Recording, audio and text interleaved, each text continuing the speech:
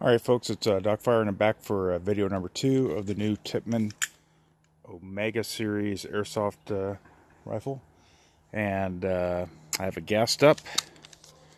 I can zoom in here. I'm right about 1500 psi on the tank output, or inside the tank. And then the output obviously is 800 psi, and that's been measured. I have a fresh 9-volt battery in it, and just to get an idea of what sound, I don't have a mag in it right now, but that's what it sounds like without a BB. Very quiet. Gonna see if I can get this to focus.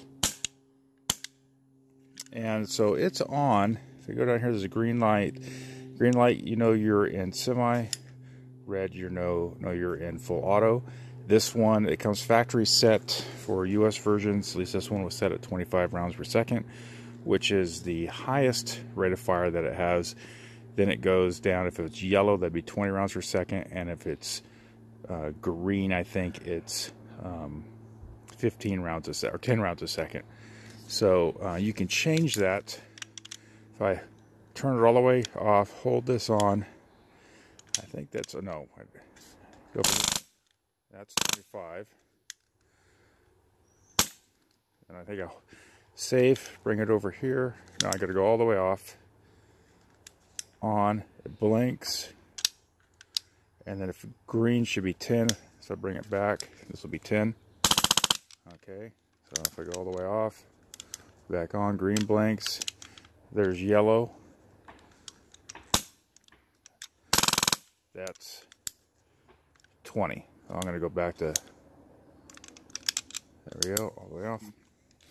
So I'm going to go back. I've set it back at semi-auto, and it's the max is at 25 rounds per second. So back I have their mag in it, which is 120 rounds. If I can get this out here.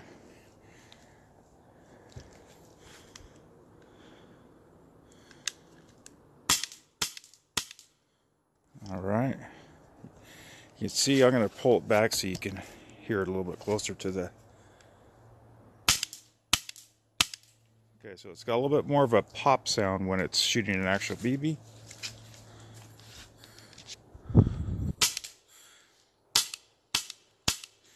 And I know you guys can't see range. I'm going to adjust the hop up a little bit. It's all the way off.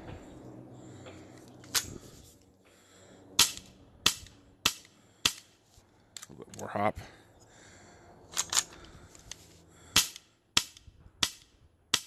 There we go. And so you can see what it sounds like. Just, you know, the weight of this feels about the same as the M4 version of it, of the Tippman M4. But the same weight. It's got with the tank on it. It's got some nice heft to it. It's not super heavy. It's definitely something you can carry around. The grip, actually, the grip is really nice. It's a good feeling grip. I like the finger groups here.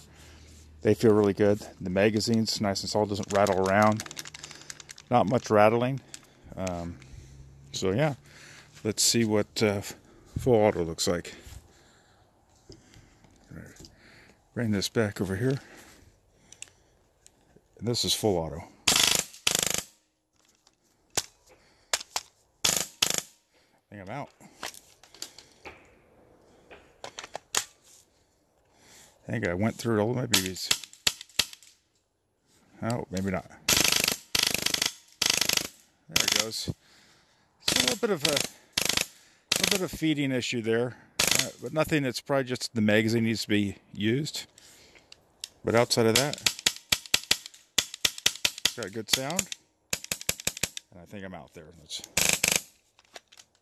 Yeah, pretty much out. Make sure. Yeah, that's it. So essentially, that's it. I'm going to pause this, and I'll come back, and I'm going to throw some more BBs in it, and I'm going to fire it over a chronosuit or through a feet per second, a joule meter, and we'll go from there. All right, it's Doc Fire, and we're back for the second half of the second video, and this is just basically, you saw it fire. Let me show you what the joule is. I'm using a golden ball 0.25 gram BBs, non-biodegradable, just the standard ones. They're high quality, and I'm going to take the hop up all the way off. So I'm going to back off the hop up. We know what it is without hop, and my meter is set to 25 gram. Let's see if I can get everything.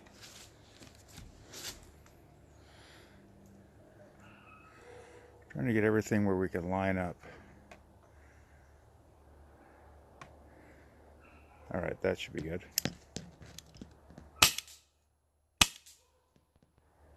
I could just bring it over here a little bit. I'm going to turn this a little bit. There we go. It's always fun doing this one-handed.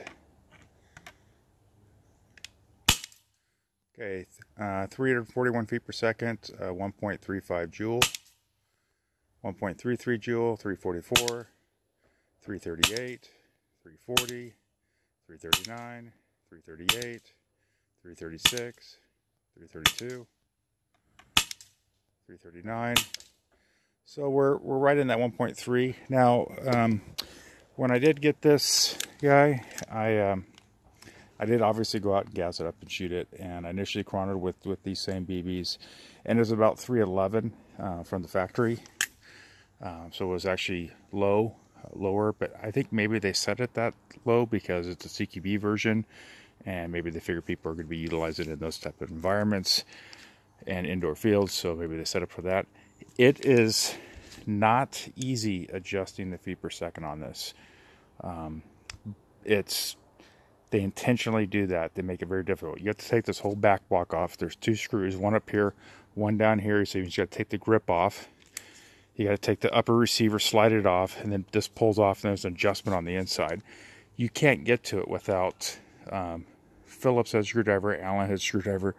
You can't get to any of that stuff. So for field owners that want to use this for a rental, it's actually pretty nice.